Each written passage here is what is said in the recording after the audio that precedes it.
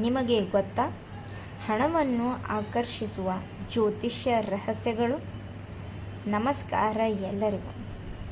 ಇಂದು ನಾನು ನಿಮಗೆ ಹೇಳಿರುವ ವಿಷಯವನ್ನು ಬಹಳ ಜನರು ಹೇಳುವುದಿಲ್ಲ.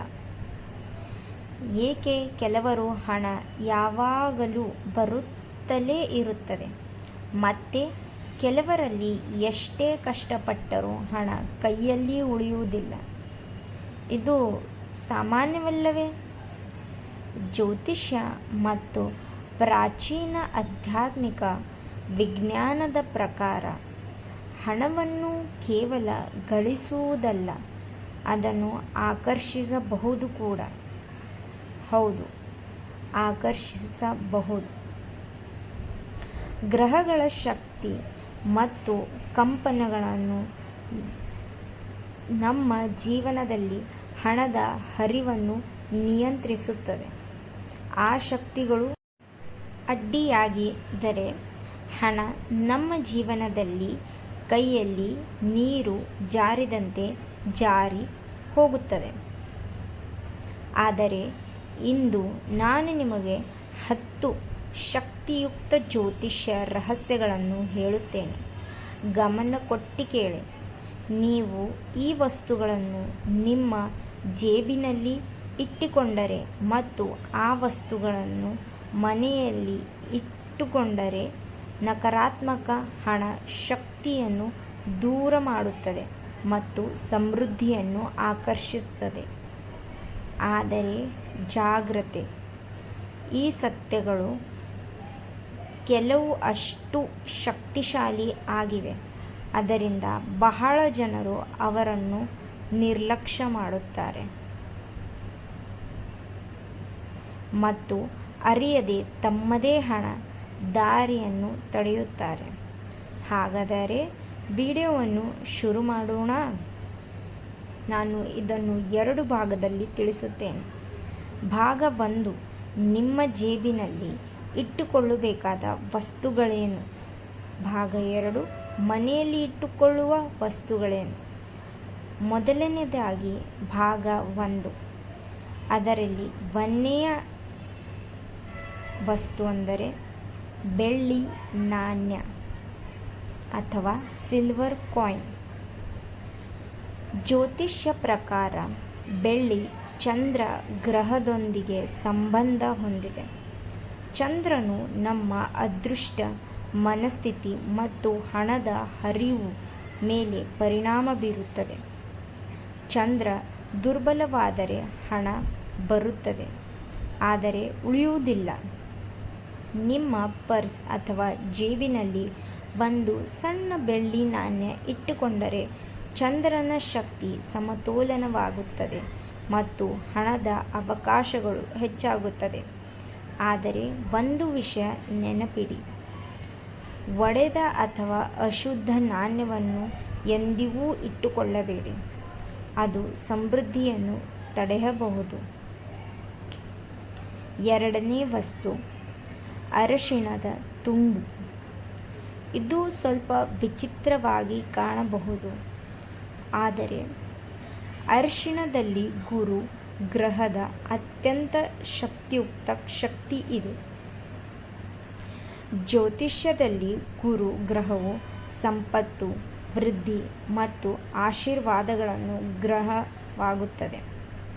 ಒಂದು ಸಣ್ಣ ಒಣ ಅರಿಶಿಣ ತುಂಡಿಯನ್ನು ಹಳದಿ ಬಟ್ಟೆಯಲ್ಲಿ ಹೊಂದಿಸಿ ಪರ್ಸ್ನಲ್ಲಿ ಇಟ್ಟರೆ ಗುರು ಗ್ರಹದ ಕಂಪನ ಹೆಚ್ಚಾಗಿ ಹಣದ ಬೆಳವಣಿಗೆ ಮತ್ತು ಅವಕಾಶಗಳನ್ನು ಆಕರ್ಷಿಸುತ್ತದೆ. ಆದರೆ ಒಂದು ಭಯಾನಕ ಸತ್ಯ ಏನೆಂದರೆ, ನಿಮ್ಮ ಜಾತಕದಲ್ಲಿ ಗುರು ದುರ್ಬಲವಾಗಿದ್ದರೆ ಎಷ್ಟು ಪ್ರತಿಭೆ ಇದ್ದರೂ ಹಣದ ಸಮಸ್ಯೆಗಳು ಮುಂದುವರಿಯಬಹುದು. ಅದಕ್ಕೆ ನೀವು ನಿಮ್ಮ ಜಾತಕದಲ್ಲಿ ಗ್ರಹ ದೋಷವನ್ನು ತೋರಿಸಿ. 3ನೇ ವಸ್ತು ಗೋಮತಿ ಚಕ್ರ. ಗೋಮತಿ ಚಕ್ರ ದೇವಿ ಲಕ್ಷ್ಮಿಯೊಂದಿಗೆ ಸಂಬಂಧ ಹೊಂದಿರುವ ಪವಿತ್ರ ಶಂಖ. ಲಕ್ಷ್ಮೀದೇವಿ ಸಂಪತ್ತು ಮತ್ತು ಸಮೃದ್ಧಿಯ ಸಂಕೇತ. ನಿಮ್ಮ ಪರ್ಸಿನಲ್ಲಿ ಒಂದು ಗೋಮತಿ ಚಕ್ರ ಇಟ್ಟುಕೊಂಡರೆ ಹಣದ ನಷ್ಟದಿಂದ ರಕ್ಷಣೆ ಸಿಗುತ್ತದೆ ಮತ್ತು ನಕಾರಾತ್ಮಕ ಶಕ್ತಿ ದೂರವಾಗುತ್ತದೆ. ಬಹಳ ವ್ಯಾಪಾರಿಗಳು ಇದನ್ನು ಗುಪ್ತವಾಗಿ ಬಳಸುತ್ತಾರೆ, ಆದರೆ ಬಹಳ ಜನರು ಇದನ್ನು ಗಮನಿಸುವುದಿಲ್ಲ. ನಂತರ ಹಣ ಉಳಿಯದಿದ್ದಕ್ಕೆ ಆಶ್ಚರ್ಯ ಪಡುತ್ತಾರೆ. ಇವಾಗ 4ನೇ ವಸ್ತು ಲವಂಗ ಅಥವಾ ಕ್ಲೋವ್. ಲವಂಗ ಜ್ಯೋತಿಷ್ಯ ಪ್ರಕಾರ ಲವಂಗವು ಶುಕ್ರ ಗ್ರಹದೊಂದಿಗೆ ಸಂಬಂಧ ಹೊಂದಿದೆ. ಶುಕ್ರನು ಐಶ್ವರ್ಯ, ಸೌಕರ್ಯ ಮತ್ತು ಆರ್ಥಿಕ ಸುಖವನ್ನು ನಿಯಂತ್ರಿಸುತ್ತದೆ. 2 ಲವಂಗಗಳನ್ನು ಕೆಂಪು ಬಟ್ಟೆಯಲ್ಲಿ ಹೊಂದಿಸಿ ಪರ್ಸ್ನಲ್ಲಿ ಇಟ್ಟರೆ ಶುಕ್ರನ ಶಕ್ತಿ ಹೆಚ್ಚಾಗಿ ಸಮೃದ್ಧಿಯನ್ನು ಆಕರ್ಷಿಸುತ್ತದೆ. ಆದರೆ ಬಹಳ ಜನರಿಗೆ ತಿಳಿಯದ ಒಂದು ಸತ್ಯವಿದೆ. ಅದು ಏನೆಂದರೆ, ಶುಕ್ರನ ಶಕ್ತಿ ನಕಾರಾತ್ಮಕವಾದಾಗ ಖರ್ಚುಗಳು ಹೆಚ್ಚಾಗುತ್ತವೆ ಮತ್ತು ಉಳಿವು ಕಡಿಮೆ ಆಗುತ್ತದೆ. 5ನೇ ವಸ್ತು ಸಣ್ಣ ಕ್ರಿಸ್ಟಲ್. ಕ್ರಿಸ್ಟಲ್ಗಳು ನಕಾರಾತ್ಮಕ ಶಕ್ತಿಯನ್ನು ಹೀರಿಕೊಳ್ಳುವ ಶಕ್ತಿ ಹೊಂದಿದೆ. ನೀವು ಸಣ್ಣ ಕ್ವಾರ್ಟ್ಜ್ ಕ್ರಿಸ್ಟಲನ್ನು ಜೇಬಿನಲ್ಲಿ ಇಟ್ಟರೆ ನಿಮ್ಮ ಶಕ್ತಿ ಸಮತೋಲನವಾಗುತ್ತದೆ. ಸಮತೋಲನದ ಶಕ್ತಿ ಇದ್ದಾಗ ಅವಕಾಶಗಳು, ಆತ್ಮವಿಶ್ವಾಸ ಮತ್ತು ಹಣ ಆಕರ್ಷಣೆ ಹೆಚ್ಚಾಗುತ್ತದೆ. ಇವಾಗ 2ನೇ ಭಾಗಕ್ಕೆ ಹೋಗೋಣ. ಭಾಗ 2, ಮನೆಯಲ್ಲಿಟ್ಟರೆ ಹಣ ಆಕರ್ಷಿಸುವ ವಸ್ತುಗಳೇನು? ಈಗ ಇನ್ನೂ ಹೆಚ್ಚು ಶಕ್ತಿಯುಕ್ತ ವಿಷಯದ ಬಗ್ಗೆ ಮಾತಾಡೋಣ. ನಿಮ್ಮ ಮನೆಯ ಶಕ್ತಿ. ವಾಸ್ತು ಮತ್ತು ಜ್ಯೋತಿಷ್ಯದ ಪ್ರಕಾರ ಮನೆಯ ಶಕ್ತಿ ತಪ್ಪಿದ್ದರೆ ಹಣ ಯಾವತ್ತೂ ಉಳಿಯುವುದಿಲ್ಲ. ಅದಕ್ಕೆ ಇವಾಗ 5 ವಸ್ತುಗಳನ್ನು ನೋಡೋಣ. ಮೊದಲನೇ ವಸ್ತು ಆದ ಮನಿ ಪ್ಲ್ಯಾಂಟ್. ಮನಿ ಪ್ಲ್ಯಾಂಟ್ ಬಹಳ ಶುಭಕರವಾದ ಸಸ್ಯ ಎಂದು ಹೇಳಲಾಗುತ್ತದೆ. ಇದು ಬೆಳವಣಿಗೆ ಮತ್ತು ಸಮೃದ್ಧಿಯ ಶಕ್ತಿಯನ್ನು ಆಕರ್ಷಿಸುತ್ತದೆ. ಆದರೆ ಒಂದು ಅಚ್ಚರಿಯಾದ ಸತ್ಯ ಇದೆ. ಮನಿ ಪ್ಲ್ಯಾಂಟ್ ಒಣಗಿದ್ದರೆ ಅಥವಾ ಸಾಯಿದರೆ ಅದು ಹಣದ ಬೆಳವಣಿಗೆಯನ್ನು ಅಡ್ಡಿಯಾಗಿರುವ ಸಂಕೇತವಾಗಬಹುದು. ಹಾಗಾಗಿ ಅದನ್ನು ಸದಾ ಹಸಿರಾಗಿಯೇ ಇಟ್ಟುಕೊಳ್ಳಿ. ವಸ್ತು 2, ಲಕ್ಷ್ಮೀ ದೇವಿಯ ಮೂರ್ತಿ ಅಥವಾ ಚಿತ್ರ. ಈ ಚಿತ್ರ ಕೈಯಿಂದಲೂ ಬಿಡಿಸಬಹುದು. ಲಕ್ಷ್ಮೀ ದೇವಿ ಸಂಪತ್ತಿನ ಸಂಕೇತ. ಮನೆಯ ಉತ್ತರ ಅಥವಾ ಈಶಾನ್ಯ ದಿಕ್ಕಿನಲ್ಲಿ ಲಕ್ಷ್ಮೀ ಮೂರ್ತಿಯನ್ನು ಇಟ್ಟರೆ ಸಮೃದ್ಧಿ ಶಕ್ತಿ ಹೆಚ್ಚಾಗಬಹುದು. ಆದರೆ ಜನರು ಮಾಡುವ ಒಂದು ದೊಡ್ಡ ತಪ್ಪು ಏನೆಂದರೆ, ಅವರು ಮೂರ್ತಿಯನ್ನು ಇಡುತ್ತಾರೆ ಆದರೆ ಆ ಜಾಗವನ್ನು ಸ್ವಚ್ಛವಾಗಿಟ್ಟುಕೊಳ್ಳಲ್ಲ. ಧೂಳು ಮತ್ತು ಅಸಂಪರ್ಕತೆ ಲಕ್ಷ್ಮಿ ಶಕ್ತಿಯನ್ನು ತಡೆಯುತ್ತದೆ. ಅದಕ್ಕೆ ಜಾಗವನ್ನು ಸ್ವಚ್ಛಗೊಳಿಸಿ ನಂತರ ಮೂರ್ತಿಯನ್ನು ಸ್ಥಾಪಿಸಿ.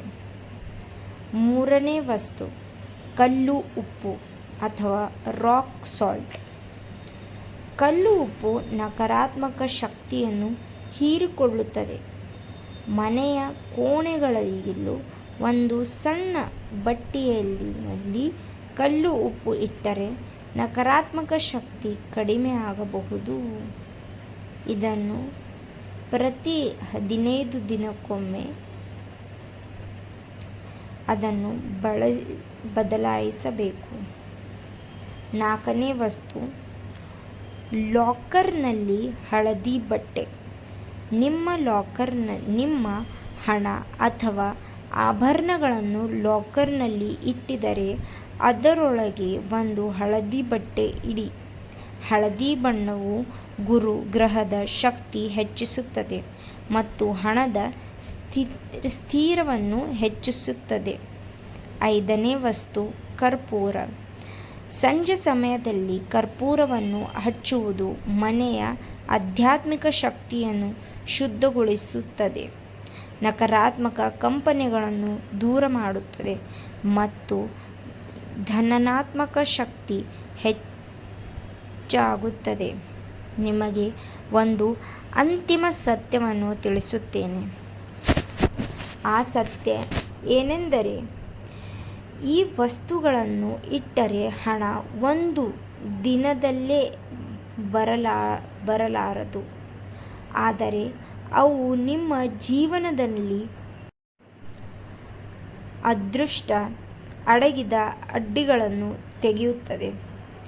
ಜ್ಯೋತಿಷ್ಯ ಪ್ರಕಾರ ನಿಮ್ಮ ಶಕ್ತಿ ಸಮೃದ್ಧಿಯೊಂದಿಗೆ ಹೊಂದಿಕೊಂಡಾಗ ಹಣದ ಅವಕಾಶಗಳು ಸತ್ವ ನಿಮಿತ್ತ ಬರುತ್ತದೆ. ಹಣ ಕೇವಲ ಕಷ್ಟಪಟ್ಟು ಗಳಿಸುವುದಲ್ಲ, ಅದು ಶಕ್ತಿ, ಕಂಪನ ಮತ್ತು ಗ್ರಹಗಳ ಸಮತೋಲನದ ಮೇಲೆ ಅವಲಂಬಿಸುತ್ತದೆ. ಈ ರಹಸ್ಯಗಳು ನಿಮಗೆ ಆಸಕ್ತವಾಗಿದ್ದಾಗ ಕಂಡಿದ್ದರೆ ಕಾಮೆಂಟ್ ಮಾಡಿ ಹೇಳಿ.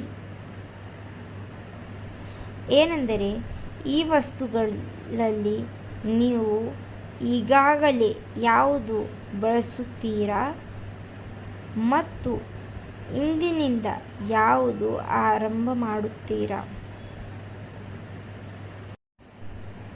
ಮತ್ತಷ್ಟು ಜ್ಯೋತಿಷ್ಯ ರಹಸ್ಯಗಳನ್ನು ಈ ಚಾನಲ್ನಿಗೆ ಸಬ್ಸ್ಕ್ರೈಬ್ ಮಾಡಿ.